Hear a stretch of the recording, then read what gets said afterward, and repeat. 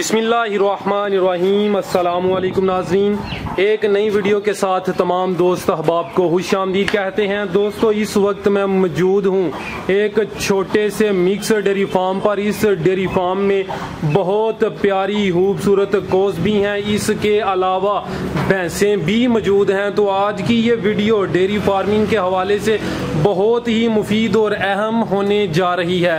इस dairy farm के जो ओनर हैं उनका डेयरी फार्मिंग में तकरीबन 20 साल का तजर्बा है, तो वो अपने तजर्बे की बुनियाद पर हमको मुफीद और अहम मालूमात से आगाह करेंगे। तो आपसे सिर्फ एक गुजारिश है कि वीडियो को मुकम्मल लाजमी देखें।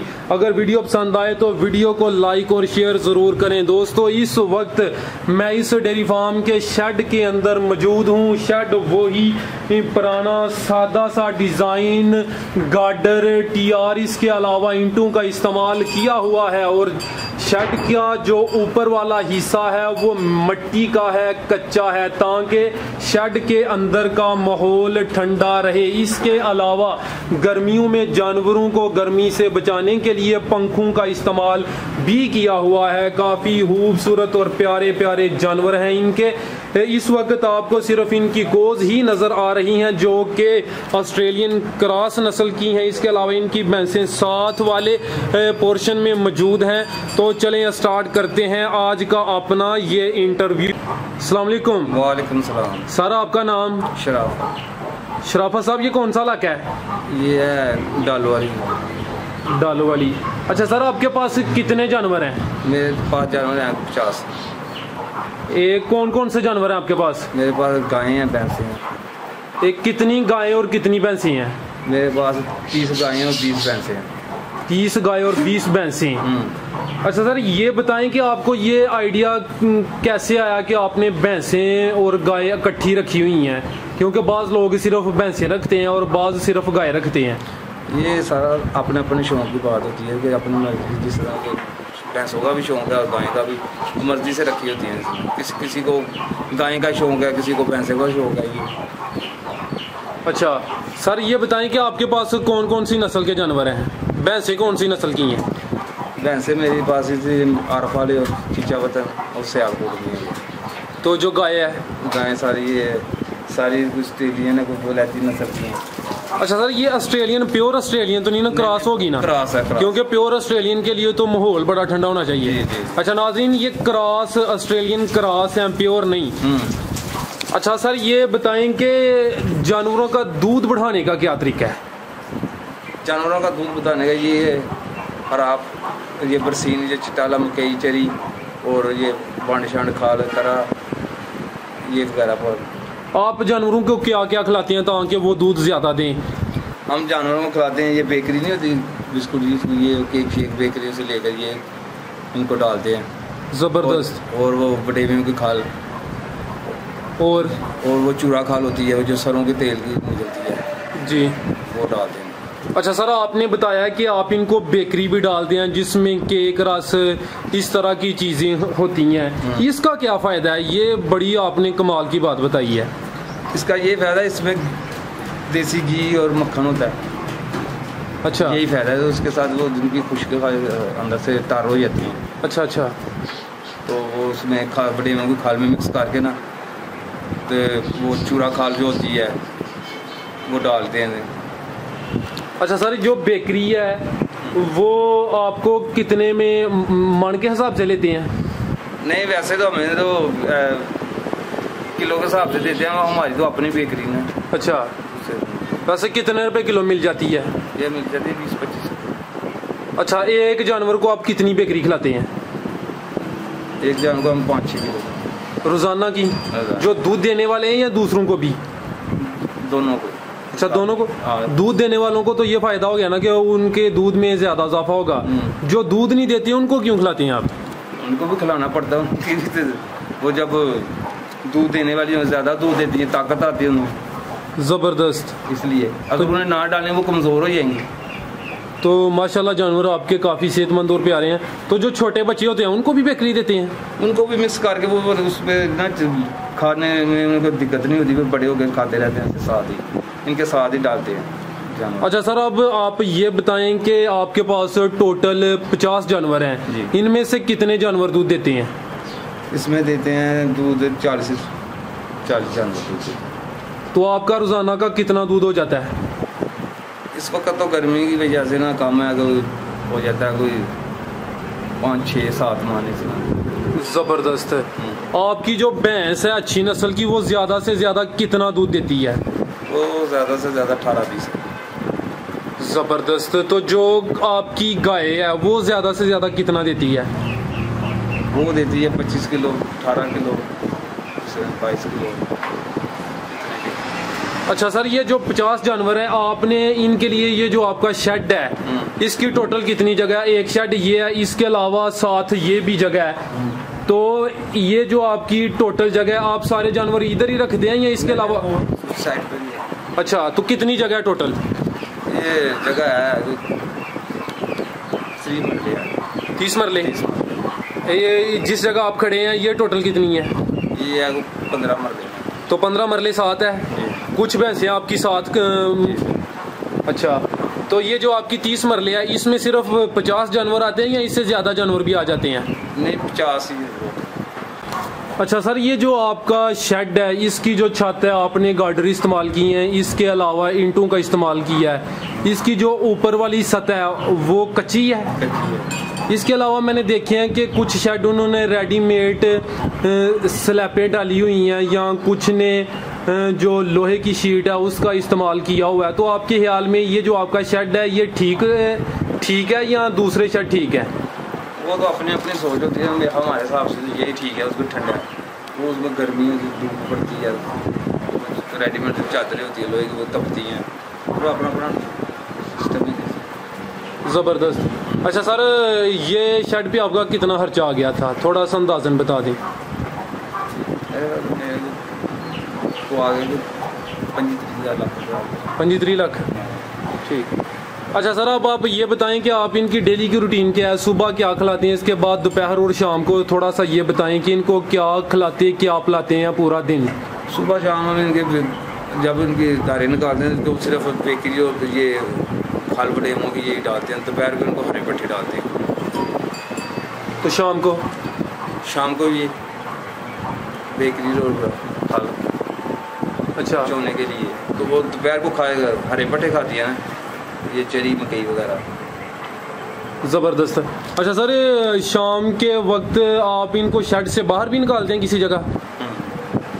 वो साथ जो ओपन एरिया उधर निकालते हैं? अच्छा सर, आप ये बताएं कि ये जो आपके 50 जानवर हैं, इसके लिए आपने कितने बंदे रखे हुए हैं? इसके लिए तो हम 5 आदमी हैं। 5 ये अपने बंदे हैं या कोई मुलाजिम भी है? 2 मुलाजिम है, 3 आदमी। मुलाजिम ठीक रहते हैं या अपने बंदे ठीक रहते हैं?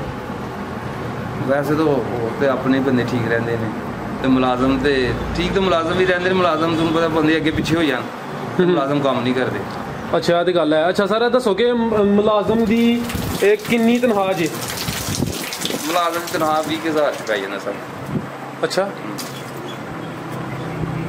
अच्छा सर, थोड़ा दसो कि इन्हां दा जिहड़ा डेली दा ओह दुद्ध किन्ने दा सेल हो जांदा है ते डेली किन्ना उन्हां ते खर्चा हुंदा है?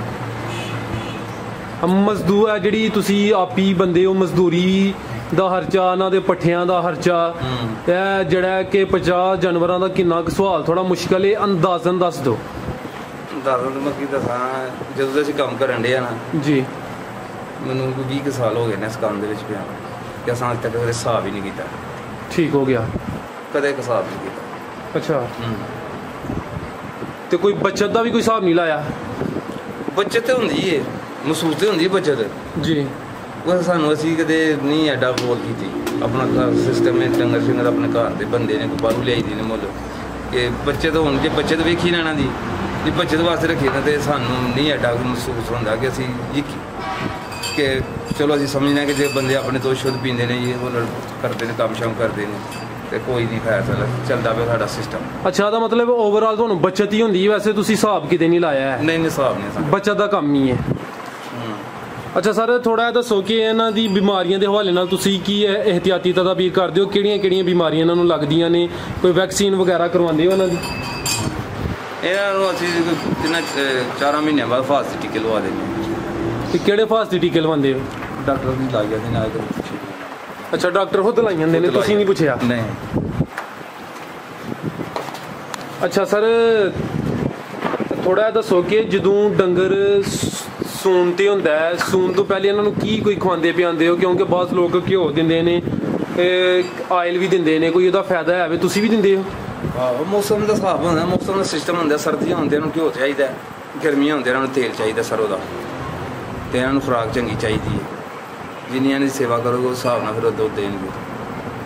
ਜਦੋਂ ਸੂਣ ਤੇ ਆਈਆਂ ਹੋਣ ਨਾ, ਇਹਨਾਂ ਨੂੰ ਉਨੀ ਸੇਵਾ ਕਰੋਗੇ ਨਾ, ਉਸੇ ਤਰ੍ਹਾਂ ਤਰੀਕੇ ਨਾਲ ਦੁੱਧ ਦੇਣਗੇ। ਜੇ ਸੇਵਾ ਨਾ ਕਰੋਗੇ ਤਾਂ ਦੁੱਧ ਕੁਝ ਨਹੀਂ ਕਰੋਗੇ। ਅੱਛਾ ਸਰ, ਤੁਸੀਂ ਇਹ ਦੱਸੋ ਕਿ ਅਗਰ ਕੋਈ ਨਵਾਂ ਬੰਦਾ ਕੰਮ ਸ਼ੁਰੂ ਕਰਨਾ ਚਾਹੁੰਦਾ ਹੈ ਤਾਂ ਉਹਨੂੰ ਜਾਨਵਰ ਕਿੱਥੋਂ ਖਰੀਦਣੇ ਚਾਹੀਦੇ ਨੇ? ਕਿ ਮੰਡੀ 'ਚੋਂ ਖਰੀਦਣੇ ਚਾਹੀਦੇ ਨੇ ਕਿ ਆਪਣੇ ਇਲਾਕੇ 'ਚ ਫੇਰ ਟੁਰ ਕੇ ਖਰੀਦਣੇ ਚਾਹੀਦੇ ਨੇ? ਮੰਡੀ 'ਚ ਵੀ ਖਰੀਦਦੇ ਨੇ, ਇਲਾਕੇ 'ਚ ਵੀ ਖਰੀਦਦੇ ਨੇ। ਡੰਗਰ ਵੇਖ ਕੇ ਖਰੀਦ ਰਹੇ ਨੇ। ਜੇ ਡੰਗਰ ਚੰਗੇ ਹੋਣ ਤੇ ਸਰ ਚਲੋ ਹੋ ਜਾਂਦਾ, ਧੋਖਾ ਵੀ ਹੋ ਜਾਂਦਾ ਬੰਦਿਆਂ ਨਾਲ। ਆਪਣੇ ਇਲਾਕੇ 'ਚ ਵੀ ਜ਼ਿਆਦਾਤਰ ਡੰਗਰ ਚੰਗੇ ਨੇ। ਜਿਹੜਾ ਬਾਹਰ ਵਾਲੀ ਸਾਈਡ ਤੋਂ ਵੀ ਲਿਆਉਂਦੇ ਨੇ ਡੰਗਰ, ਹੈ ਕੋਈ ਨਹੀਂ। ਡੰਗਰ ਖਰੀਦਣਾ ਜਿੱਥੋਂ ਮਰਜ਼ੀ ਖਰੀਦ ਲਓ ਡੰਗਰ। ਅੱਛਾ, ਜੋ ਕੋਈ ਜਾਨਵਰ ਖਰੀਦਣ ਜਾਂਦਾ ਉਹਨੂੰ ਕਿਹੜੀ ਚੀਜ਼ ਨੂੰ ਜਿਹੜਾ ਉਹਨਾਂ ਦਾ ਖਿਆਲ ਰੱਖਣਾ ਚਾਹੀਦਾ ਹੈ ਕਿ ਉਹ ਕਿਹੜੀਆਂ ਚੀਜ਼ਾਂ ਨੂੰ ਮੱਦੇਨਜ਼ਰ ਰੱਖ ਕੇ ਜਾਨਵਰ ਖਰੀਦੇ? ਜਾਨਵਰ ਖਰੀਦਣ ਦਾ ਇਹ ਕਿ ਬੰਦਾ ਹੁੰਦਾ ਕਿ ਬੰਦਾ ਜਿਹੜੇ ਬੰਦੇ ਨਾਲ ਹੁੰਦੇ ਨੇ, ਨਾੜੀ ਬੰਦਾ ਹੋਏ ਤਾਂ ਉਹਨੂੰ ਡੰਗਰ ਸੂਣ ਵਾਲਾ ਹੋਏ ਤਾਂ ਖੰਘੜੇ ਡੰਗਰ ਪਿੱਛੇ ਜਾਲ ਲਾ ਕੇ ਦੇ ਛੱਡਦੇ ਨੇ। ਇਹ ਨਹੀਂ ਮਹਿਸੂਸ ਹੁੰਦਾ ਉਹਨੂੰ 2-4 ਦਿਨ ਦਾ ਟੱਕਾ ਲਾਇਆ ਹੁੰਦਾ ਉਹਨਾਂ ਨੇ। ਤੇ ਜਿਹੜਾ ਬੰਦਾ ਸਮਝਦਾ ਇਸ ਕੰਮ ਨੂੰ, ਉਹਨੂੰ ਪਤਾ ਲੱਗ ਜਾਂਦਾ ਕਿ ਇਹ ਡੰਗਰ ਖੰਘੜਾ ਜਾਂ ਲਹਿਰਾ ਹੈ। ਜਿਹੜਾ ਡੰਗਰ ਲਹਿਰਾ ਸੋਇਆ ਹੁੰਦਾ ਉਹਨੂੰ ਲਹਿਰਾ ਕਹਿੰਦੇ ਨੇ। ਕੋਈ ਲਹਿਰਾ ਗਿਆ ਡੰਗਰ ਤਾਜ਼ਾ ਹੈ ਜੀ, ਤਾਜ਼ਾ ਸੋਇਆ। ਤੇ ਕਈ ਬੰਦੇ ਮੰਡੀਆਂ 'ਚ ਜਾਂਦੇ ਨੇ, ਉਹਨਾਂ ਨੂੰ ਧੋਖਾ ਫਰੇਬ ਬੜਾ ਹੁੰਦਾ। ਸਰ ਮੰਡੀ 'ਚ ਕੀ ਧੋਖਾ ਫਰੇਬ? ਵੀ ਸੁਣਿਆ ਕਿ ਉਹ ਜਿਹੜਾ ਉਹਨਾਂ ਦਾ ਜਾਨਵਰ ਉਹ ਸੂਣ ਵਾਲਾ ਨਹੀਂ ਬਣਦਾ, ਉਹ ਵੇਖਦੇ ਨੇ ਕੁਛ ਦੇਰ, ਉਸ ਤੋਂ ਬਾਅਦ ਉਹ ਮੰਡੀ 'ਚ ਲਿਆ ਕੇ ਧੋਖੇ ਫਰੇਬ ਨਾਲ ਉਹ ਸੇਲ ਕਰ ਦਿੰਦੇ ਨੇ। ਉਹ ਜਿਹੜਾ ਡੰਗਰ ਸੂਣ ਵਾਲਾ ਨਹੀਂ ਹੁੰਦਾ, ਉਹ ਡੰਗਰ ਦੇ ਫਿਰ ਉਹ ਹੁੰਦਾ ਨਾ ਕੁਛ ਦੇ ਇਸਤੇਮਾਲ ਵਿੱਚ ਆ ਜਾਂਦਾ। ਪਰ ਕੁਛ ਲੋਕ ਮੰਡੀ 'ਚ ਲਿਆ ਕੇ ਸੇਲ ਵੀ ਕਰ ਦਿੰਦੇ ਨੇ ਨਾ? ਨਹੀਂ, ਉਹ ਨਹੀਂ ਹੁੰਦਾ ਸੇਲ, ਉਹ ਕਸਾਈ ਕਰਦੇ ਨਾ, ਥੋੜ੍ਹਾ ਜ਼ਿਆਦਾਤਰ ਲਾਈ ਜਾਂਦੇ ਨੇ ਗੋਸ਼ਤ ਵਾਸਤੇ। ਅੱਛਾ ਸਰ, ਇਸ ਤੋਂ ਇਲਾਵਾ ਤੁਹਾਡਾ ਮਾਸ਼ਾਅੱਲਾ ਕਹਿ ਰਹੇ ਹੋ ਤੁਸੀਂ ਕਿ 20 ਸਾਲ ਦਾ ਤਜਰਬਾ ਹੈ। ਕੋਈ ਆਪਣੇ ਤਜਰਬੇ ਦੀ ਬੁਨਿਆਦ ਤੇ ਕੋਈ ਸਾਨੂੰ ਗੱਲਾਂ ਐਸੀਆਂ ਦੱਸੋ ਜਿਹੜਾ ਕਿ ਸਾਡੇ ਨਾਜ਼ਰੀਨ ਦੇ ਕੰਮ ਆਉਣ। ਮੇਰਾ ਤਾਂ 20 ਸਾਲ ਦਾ ਤਜਰਬਾ ਇਹ ਹੈ ਕਿ ਮੈਂ ਜਿਹੜਾ ਕੰਮ ਬੋਲਣਾ ਵੇਖਿਆ ਨਾ, ਹਿਸਾਬ ਲਾਇਆ ਨਾ ਜਾਨਵਰਾਂ ਦਾ। ਇਹਨਾਂ ਨੂੰ ਹਰਾ ਪੱਠਾ ਰੱਜ ਕੇ ਪਾਓ ਤੇ ਵੰਡ ਪਾਓ ਤੇ ਦੁੱਧ ਦੇਣਗੇ। ਨਹੀਂ ਤੇ ਇਹਨਾਂ ਦੀ ਕੋਈ ਕਹਾਣੀ ਨਹੀਂ। ਇਹਨਾਂ ਦੀ ਜਿੰਨੀ ਸੇਵਾ ਕਰ ਲਓ ਉਨੀ ਥੋੜ੍ਹੀ ਸੇਵਾ ਕਰੋਗੇ ਤੁਸੀਂ ਤਾਂ ਉਹਦੇ 10-12 ਕਿਲੋ ਵਾਲੀ ਵੀ ਦੁੱਧ ਦੇਣ ਵਾਲੀ ਹੋਏਗੀ ਨਾ। ਜਾਨਵਰ ਗਾਂ ਹੋਏ ਮੱਝ ਹੋਏ, ਜੇ ਉਹਦੀ ਜਿੰਨੀ ਸੇਵਾ ਕਰੋਗੇ ਉਨੀ ਦੁੱਧ ਦੇਗੀ, ਦੁੱਧ ਜ਼ਿਆਦਾ ਦੇਗੀ। ਮੈਂ ਤੇ ਇਹ ਹੀ ਵੇਖਿਆ ਗਾਈਆਂ, ਦੇਖੋ ਇਹ ਛੋਟੀ ਜਿਹੀ ਗਾਈ ਹੈ, ਇਹ ਜਿਹੜੀ ਗਾਈਆਂ ਨੇ ਛੋਟੀ ਜਿਹੀ ਗਾਈ, ਇਹਦੇ ਥੱਲੇ ਦੁੱਧ ਹੈਰੇ ਸੂਣ ਵਾਲੀ ਗਾਈਆਂ ਖੰਘੜੇ ਹਾਲੇ ਵੀ ਦੁੱਧ ਇਹਦੇ ਥੱਲੇ 7-8 ਕਿਲੋ ਹੈ। ਤੇ ਜਦੋਂ ਇਹ ਸੂਈ ਹੋਏ ਲਹਿਰੀ ਗਾਂ ਹੋਏ ਤੇ ਇਹਦੇ ਥੱਲੇ ਦੁੱਧ 15-16 ਕਿਲੋ। 15-16 ਕਿਲੋ ਦੁੱਧ ਬਹੁਤ ਜ਼ਿਆਦਾ ਹੁੰਦਾ ਹੈ। 15-16 ਕਿਲੋ ਜਦੋਂ ਦੁੱਧ ਦੇਖਿਆ ਜਾਏ ਨਾ, ਜਦੋਂ ਇਹ ਚੋਕ ਬਾਲਟੀਆਂ 'ਚ ਲਿਆਉਂਦੇ ਆ ਬਾਹਰ ਕੱਢੀਏ ਡੱਬੇ ਦਾ, ਮਹੀਨੇ ਬੜਾ ਦੁੱਧ ਹੁੰਦਾ ਹੈ। ਦੁੱਧ ਜਾਨਵਰਾਂ ਥੱਲੇ 10-12 ਕਿਲੋ ਵੀ ਬਹੁਤ ਜ਼ਿਆਦਾ ਹੁੰਦਾ। ਕਿ ਜ਼ਿਆਦਾਤਰ ਦੁੱਧ ਜਿਹੜੀਆਂ ਗਾਈਆਂ ਬਹੁਤੀਆਂ ਆਸਟ੍ਰੇਲੀਅਨ ਗਾਈਆਂ, ਚੰਗੀਆਂ ਗਾਈਆਂ ਜਿਹੜੀਆਂ ਲਿਆਉਂਦੇ ਅਸੀਂ, ਕਿ ਅਗਰ ਉਹਨਾਂ ਦਾ ਰੇਟ ਵੀ ਜ਼ਿਆਦਾ ਹੁੰਦੇ ਨੇ ਤੇ ਉਹਨਾਂ ਦੀ ਸੇਵਾ ਕਿ ਏਸੀ ਲਾਓ ਜੀ, ਪੱਖੇ ਲਾਓ ਜੀ। ਗਰਮੀ ਦੇ ਵਿੱਚ ਅੱਜ ਕੱਲ੍ਹ ਤਾਂ ਸਾਡੇ ਕੋਲ ਨਾਕਾਮ ਹੋ ਜਾਂਦੀਆਂ ਨੇ। ਇਹ ਗਾਈਆਂ ਵੇਖੋ ਹੁਣ ਬਾਹਰ ਫਿਰ ਕੇ ਆਈਆਂ ਨੇ, ਇਹਨਾਂ ਨੂੰ ਕੋਈ ਪਤਾ ਨਹੀਂ ਗਰਮੀ ਦਾ, ਇਹਨਾਂ ਨੂੰ ਕੋਈ ਪਤਾ ਨਹੀਂ। ਦੁੱਧ ਵੀ ਇਹਨਾਂ ਦੇਣਾ ਸੁਣਿਆ ਤਾਂ ਕਿ ਸੇਵਾ ਇਹ ਗਾਈਆਂ ਸੂਣ ਵਾਲੀਆਂ ਨੇ। 7-7 8-8 ਮਹੀਨੇ ਇਹਨਾਂ ਨੂੰ ਹੋ ਗਿਆ, ਅਸੀਂ ਚੋਨੇ ਇਹਨਾਂ ਨੂੰ